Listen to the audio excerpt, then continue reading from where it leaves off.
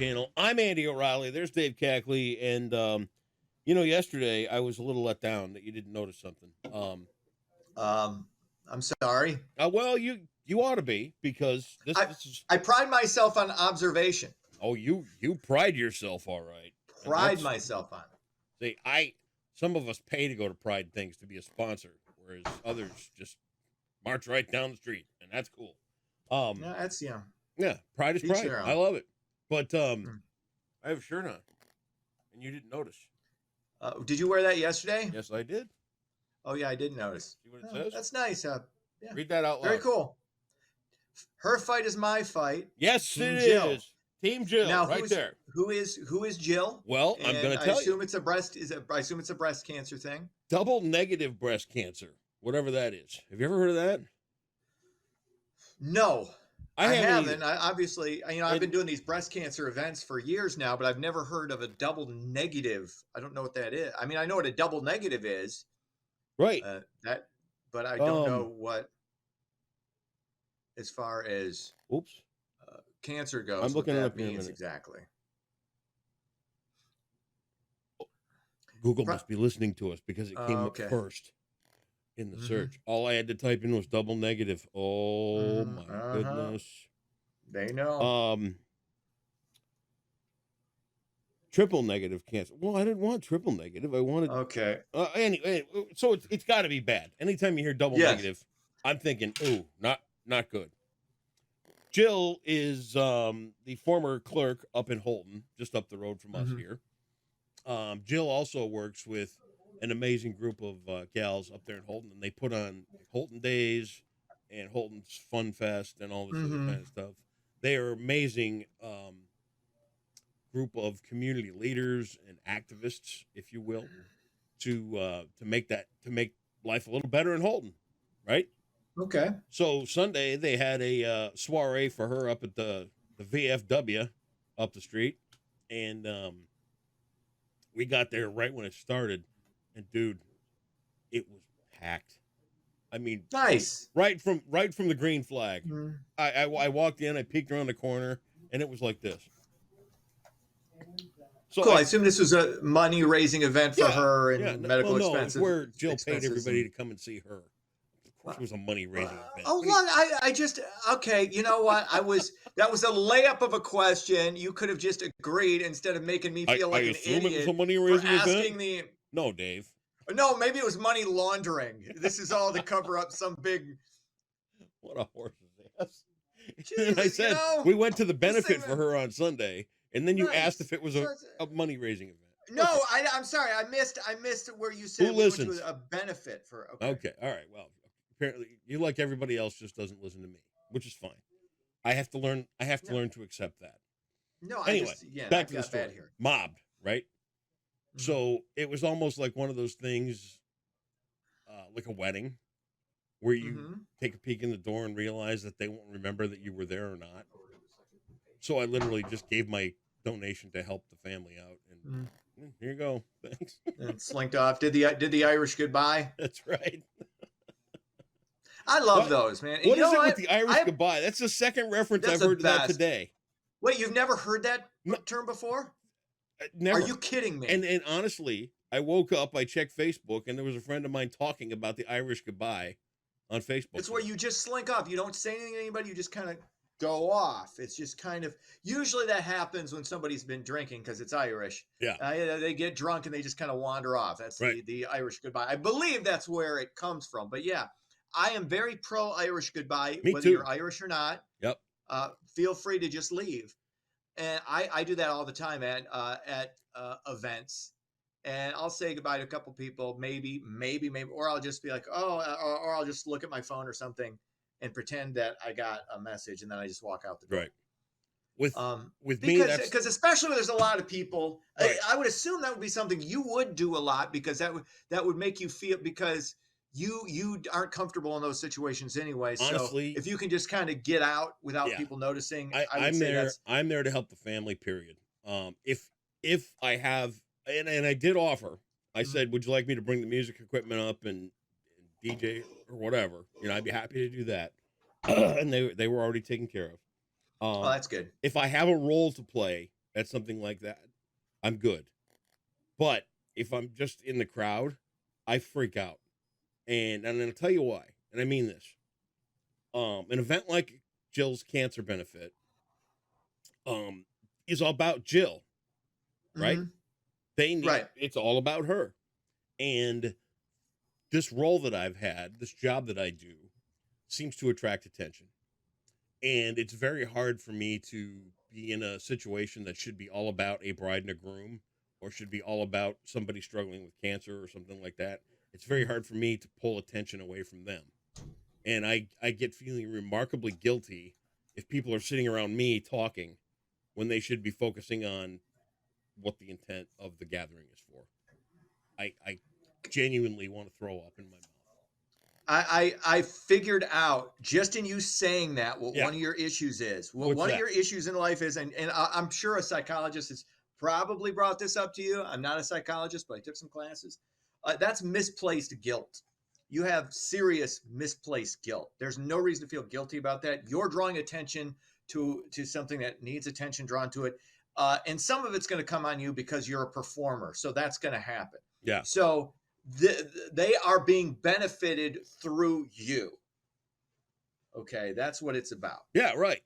And that So- envelope full of money that I gave them, that's the benefit, right? But Me- when you, again, it's especially when you're doing something where like whether you're emceeing or whether you're whatever the case may be, right? And you're somewhat of a draw, there's going to be attention focused on you over And these if I years. have a And role, fine. that's a positive. Yeah. But that's if I'm a just positive. milling around, I freak. See, that's I freak. also because sometimes people don't, especially if you're dealing with something like that. I know me personally, if I was in that situation, I don't necessarily know that I would want the attention on me. I don't. In that scenario, I'm not talking about you. If I were the person who the benefit was for, Oh, right. I wouldn't want that attention on me. It's one of those, because you feel there's this, and I understand we live in a culture that kind of does this weird kind of, we hold up victims like this, and it's kind of, there's some cachet in it, but this is a different kind of thing because you're dealing with an illness. Right. Like, this is a true victim of something. Yeah. And the true victims don't want to be held up. They don't want to be, by and large. I don't believe. I think they want to be, I like, think hey, if you can help out, great. Yeah. But I don't think like, that, and I'm just speaking personally. I wouldn't want the attention on me for that. But, and I would freak out if it was for me too. I would literally, I wouldn't know what to do. I could not. I couldn't take that in. But when you get that, because I'm here to tell you what, dude. The entire town was there. All of That's it. very cool. And that's heartwarming. That's what you need. That's what's great about a community like Holden, right? Absolutely. If it were me and they were throwing a benefit like that, I think that, or you for that matter, I think that there gets to be a point when you see that kind of effort put forth. There gets to be a point where you have to just say, okay, this is more than I can handle, but I have to go. So yeah, there's a level of graciousness that has to come in on the recipient as well. So I don't know if it was hard or not, but it's one. You know what? That's a good question. I would imagine it probably was, because she's the one always doing this stuff for everybody else. Right. Yeah. And now the roles are reversed, but it's nice. It's also nice that people appreciate you and they want to help. Like, right. And maybe I would be, the more I think about it, like, because I'm very good at receiving things. Well, I'm I know that. Great recipient. Of course. I feel like, because I'm always appreciative. So I think I would be, maybe I would be better than I think I would be in that situation. I don't know. Yeah. I don't know. But anyway, good on you for being there and helping out. On the show today, after we get, you're done listening to all this, you're going to find a link to get one of these shirts.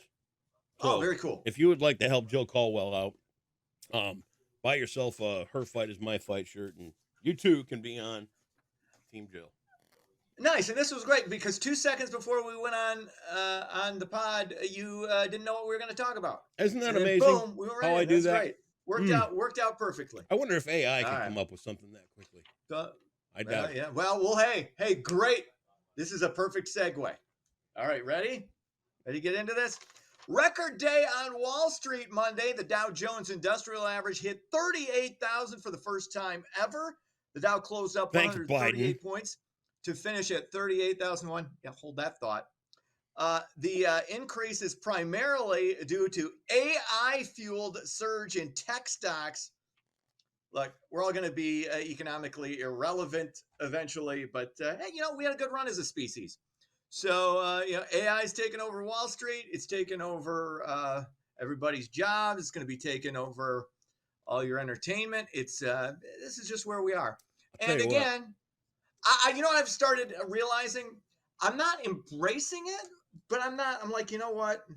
Eventually, we're all going to be just cared for by the state. We're going to be drugged up, and we're not going to care that we're drugged up, and we're not going to care that all this is we're not going to care. Now, maybe you or I will be have shuffled off this mortal coil, and we'll be looking down on it, shaking our heads.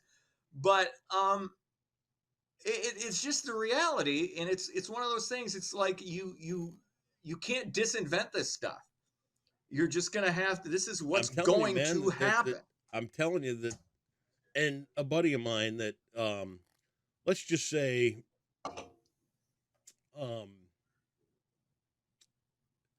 I've got a few connections that are still pretty much heavy hitters in the broadcast industry.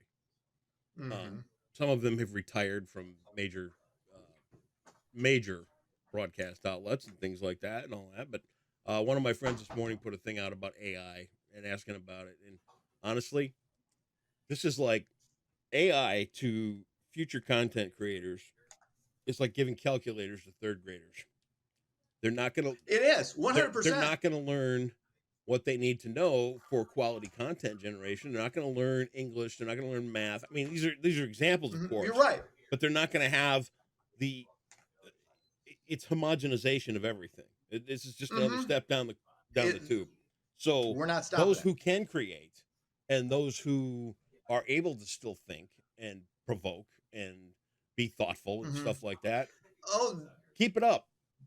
I think people should keep that. I think because we're just getting dumber and lazier. As collectively we are. Yeah. Collectively, we have never been dumber or lazier. Just saying. But we've got all these creature comforts, so we don't really give a shit. So, and I'm not saying this is individually. I'm just saying this collectively. Even though I hate thinking collectively, I'm more of an individualist, you know. Right. But this is where it's going. So and I know a lot of people using it for, like, my son uses it in school. My sister's trying to fight against it as a teacher. It's a losing battle. She knows this. I work with people who use it to varying degrees. Everybody's got a crutch. I don't.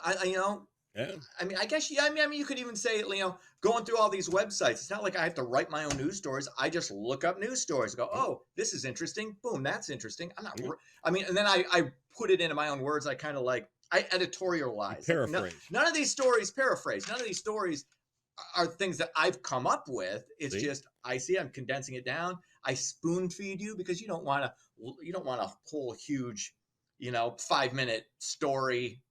You don't want that. You want me to just break it down into a few sentences. So that's what I do. And that's what I did there. Wow. That's what I did there. It's just, hey, you turned a description of breaking things down into a few sentences into a 2-minute dissertation. Wow. There you go. See, and I reverse engineered that. Take that, AI. That's what I'm doing now. What else is going on? Sunday's Lions-Bucks telecast was a ratings bonanza for the National Broadcast Company. The afternoon contest drew a whopping 40 million viewers on NBC and Peacock, about 3 million on Peacock. It was the most watched divisional round playoff game in 30 years. That's more impressive when you take into account all the other platforms, all the other entertainment choices we have now. It just goes to prove what I've been saying for a long time. The NFL rules over everything. Everything else from an entertainment standpoint, it is the elephant in the room. And it just knows how to adjust. It knows how to deal with the changing times, with the changing media. and it's still, I mean, it dwarfs everything else from a media standpoint. It's just, this is where we are. That's right. Chris Collinsworth still sounded like a bag of gravel dragging along behind me. I like Chris. No. I really like Chris Collinsworth. We got this. Shut up. Oh, God. Okay. Go away. Finally, Michigan is in need of more higher paying jobs. Average wages in the state are currently 9% below the national average. Who do we thank for that one? I don't think it would be. Okay, never mind. Yeah, okay. Never mind.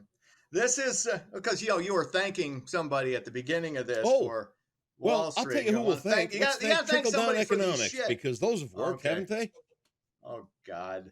Oh God, Andy just shoved it right up my ass like a broom handle. Oh no, what are you talking about? Exactly what I'm talking about. What are you talking about? Michigan still. That's not what this is, dude. If Michigan is working at 9% behind the national average of pay scales, we're behind the times, and that's bullshit. People are leaving the state. People are leaving the state for various reasons. A lot of them economical. That's because they're not getting paid enough. The big reason is, again, Wall Street doesn't have anything to do with who the president is. Doesn't have shit to do with that. This doesn't have shit to do with who the governor is. That was my point. Okay. That was my point. So you're continuing to make a point that has no point. No, your point was you were going to give credit where it wasn't due. I wasn't giving an ounce of credit. Listen to me. Yes. Listen to me very carefully. I'm not giving an ounce of credit to anybody. What I'm simply saying is that people in Michigan are not paid enough, and that's why they're bailing their asses out of here. The idea of trickle-down economics does not work. And in most of the cities... I'm not saying it does. Time for the grown-ups to talk. Okay? Most of the cities, and especially in Muskegon, people are underpaid to the tune... In Muskegon, I think people are underpaid to the tune of about $3.50 an hour for widget jobs. Manufacturing, maybe you're doing embroidery, maybe you're doing, some kind of job that requires production. I think it's about $3.50 an hour less in Muskegon than in Ottawa County. All you have to do is drive over the county line for a $3.50 an hour raise. That's what people isn't enough. People in Michigan are all standing here going, "Well, trickle down economics ought to work." Nobody's that. No. Okay, you see, you overly simplify it. It's not that simple. You overly simplify it. There are a myriad of reasons why this happens. Okay.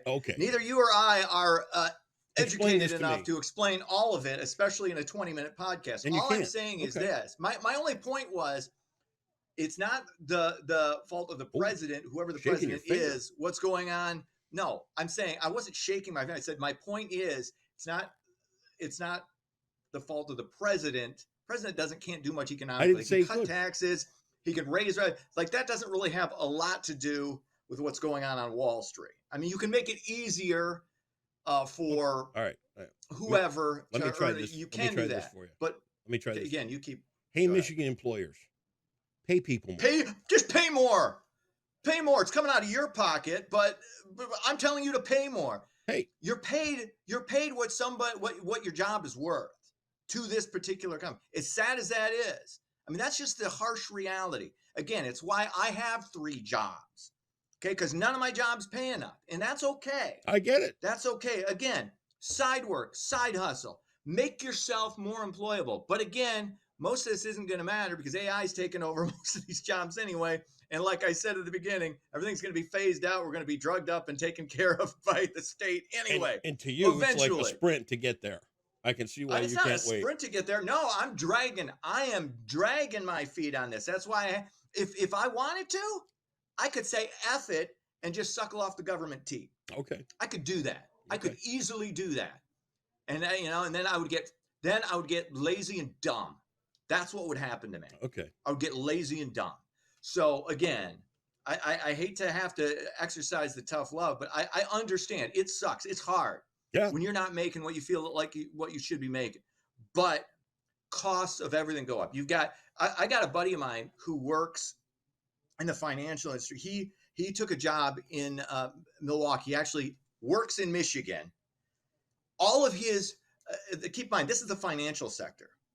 He took a trip to India. That's where most of the people who work under him are employed. Mm-hmm. You know how much they make? You know how much they Nothing. make? About 12 grand a year. Yeah. They cut these jobs because it's hey, we could pay an American here 75 to 100. These are $100,000 an hour jobs. They're over there doing it for 12K. Okay, that's the reality, and that's the same thing that happens here. That somebody's willing to do it for less, so you got to adjust to that. Is it fair? No. Does it suck? Absolutely sucks. It does. But you can bitch, moan, sob, and complain, or you can hustle your ass off, educate yourself, and work a little bit harder. It won't kill you. It won't kill you. That's what you got to do. This is just where we are. Anyway, well, let me ask you this. Getting back to what the cause of, hang on. Getting back to what the cause of this is. This is a drastic drop from the 1960s and 70s when Michigan was at 18% above the average. So we're at 9% below. What was it due to? This is an obvious answer. Collapse of the auto industry. That's seen as the driving force of that decline. Michigan currently ranks 39 out of 50 states in per capita income. Now that's just where we are. Okay. Right now. All right. So you got to make it more cost effective for businesses to do business here so they can thrive and have more employees. But again, they're only going to hire what they need. So you as a employee, you can do what a lot of people do is like, I'll try to get the next job, or you can do what you did, start your own company, do your own thing, find out what you can do, find out a service that somebody needs provided to them, and you provide that service. And it's going to be hard, and you might have to work multiple jobs. Think of how long we did this making nothing. Think of how long you did this starting up. I get that. So yeah, exactly. So that's where we are. Look back. We can't just say, pay them more. It doesn't work. All right. What? I'm done arguing with you. Well, is it because true? realistically, I'm the one arguing on your behalf, and you are literally sitting there pissing and moaning, carrying on, I'm not. And grandstanding about how wonderful you are with your 3 jobs when somebody's standing here arguing that you should be making a better wage and living a better life for what you do. So I'm done with the argument for today. What? I'm not saying that. Again, I wasn't arguing against it. I was arguing on the side of reality. This is reality. Too. I said it sucked. I said it's not fair. If you were paid adequately for the job that you did, imagine how much more secure your life would be and how much better off the entire 100%. Planet would be. But I can't create money. Like, again, I'm not the job creator. Okay? I'm not the one doing it. Okay, I'm not the one whose pocket it's got to come out of. So I'm the guy standing here telling you but that what you are you deserve doing more now? for your job. What are you doing? All you're doing is saying these people need to pay people more money. Where's that money going to come from? Because they got to compete with other companies. They got to compete with other people too. So again, it's on us. It's on us individually to hustle and to do more. That's all I'm saying. It's hard. I get that it's hard. I know that it's hard firsthand. Do you realize that I'm advocating for better wages for everybody, and you're standing there telling me why they can't pay? Again, everybody's okay. Anybody can advocate for that. Anybody can say we should have better wages. Great, 100% great. I agree with you. Do you see how it doesn't matter? Every community could be improved if people made more money in those communities. Where's the money going to come from? How about the profit margin? What if there was a little less of a profit margin? We're going to slice that? Okay, then investors bail. Okay. They're not going to invest. Then you have less money. Okay. You're not going to have more money. You're going to have less.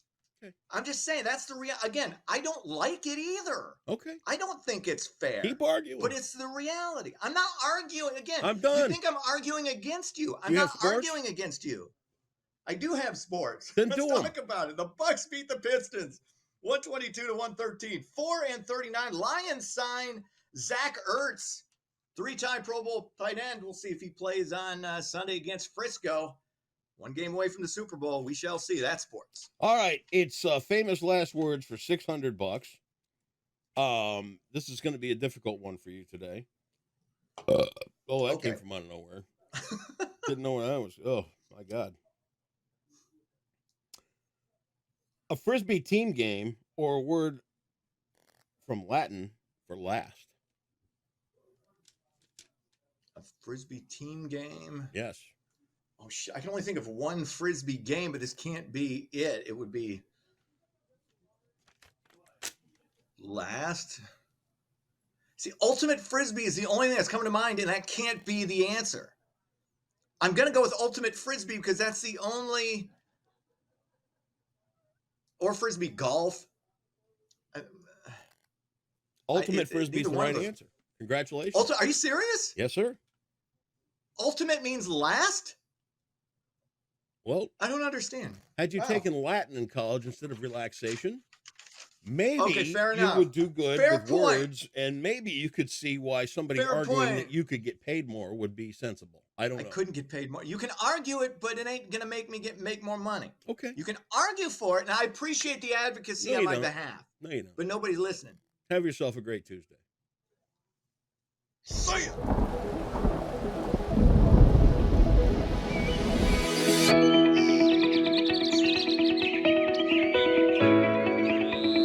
Happy Tuesday, Muskegon. Snow's expected once again today with a little bit of a wintry mix as well. So let's take a look at your forecast brought to you by Trinity Health. Our weather headlines show we will have snow and a wintry mix expected today, especially during the morning hours. Snow could accumulate of 1 to 3 inches. We're not expecting a whole lot of snow out of this, and some of that may mix in with some sleet as well. But freezing rain, thankfully, should stay to the south of Muskegon, so we shouldn't be dealing with that. But we will see plain rain and temperatures well into the 30s by Wednesday. So here's the future radar. This is at 10 a.m. You can see snow moving into West Michigan, especially along I-96. Further to the south, they'll likely be seeing a mix or freezing rain and also just plain old rain. But here in Muskegon, we'll primarily be just seeing snow. During the late afternoon hours, though, we could turn into a little bit of a wintry mix, meaning mostly sleet across our region. So expect mostly snow and sleet across Muskegon County for today. So for your Tuesday, expect mostly snow showers with a high of 34, maybe mixing with a little bit of sleet later in the day, but we shouldn't be seeing any freezing rain here in Muskegon, and snow accumulations will probably range from 1 to 3 inches.